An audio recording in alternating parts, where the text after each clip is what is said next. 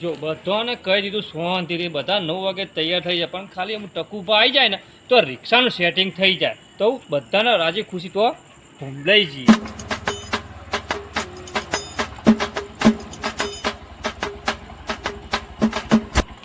આ રિક્ષા આવી ગયેલા ટકુબાને વર્ધીનું કહી દઉં એટલે મારે કોમ થઈ જાય.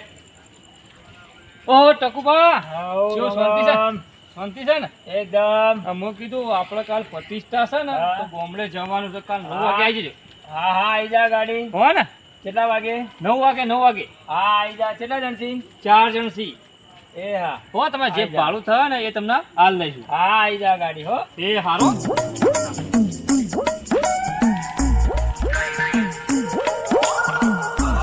બધાને કહી દીધું, પેલા યુવરાજભાને કહી દીધું, પેલા શંકુભાને કહી દીધું, પેલા હજુભાને કહી દીધું.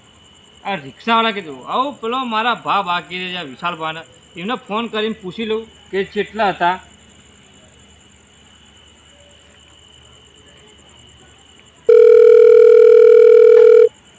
હલો વિશાલભા, જો હતા કીધું એવું છે એમ? હા તો એ ઊભા રહેજો, હું આવું છું તો બાઇક લઈને નીકળો છો તો તમને આમંત્રણ આવું છું તો બધાને તો કહી દીધું હો તો તમને હાલ દઉં તમે ભેગા ભેગું. હો એ હા ઊભા રહો, 5-10 મિનિટમાં હું આવી આગળ. હો એ હા.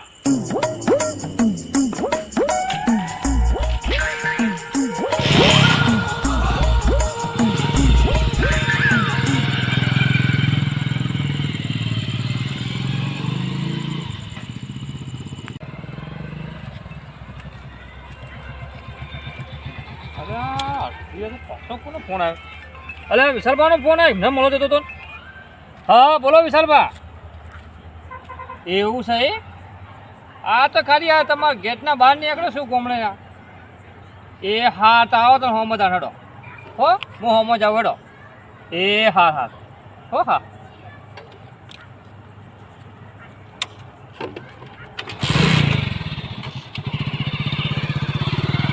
મફતલાલ શીખર ચોથી આયા હવે ઘેર. એમનો ફોન આવ્યો મળવા માટે અને મેં બી પાછો હમો ફોન કરી દીધો કે ભાઈ હું આવું રસ્તામાં.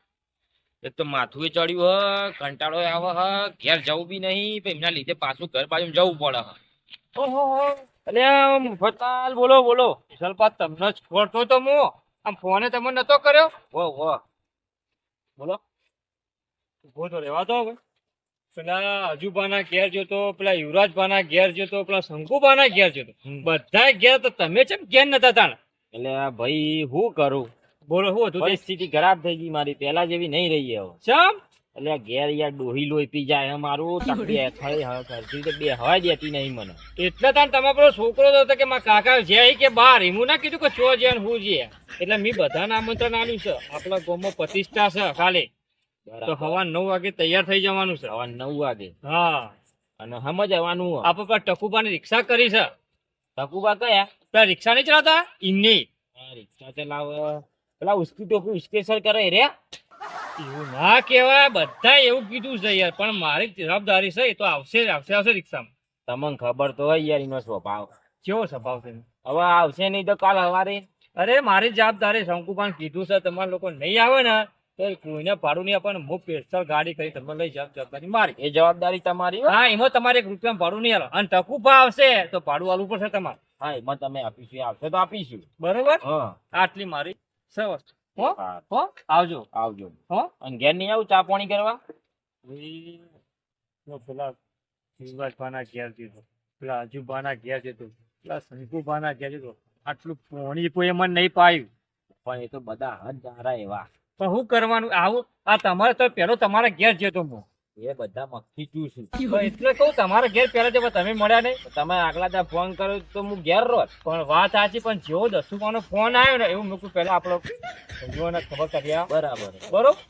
હો લો તમે આવજો તાણ. હો સવાર 9 વાગે તૈયાર થઈ જજો. એ સારું. હવે 9 વાગે તૈયાર થઈ ગઈ. જય માતાજી. હો જય માતાજી. અને આવું ટેન્શન ના લેતા પાછા આવું બધું ડોસ્યું બોસ્યુંનું, એ તો બધું હેડે જાય. હવે જિંદગી કાઢીએ. હા બસ એ તો હેડે જાય. હો એ હા. મારું જીજે તું હા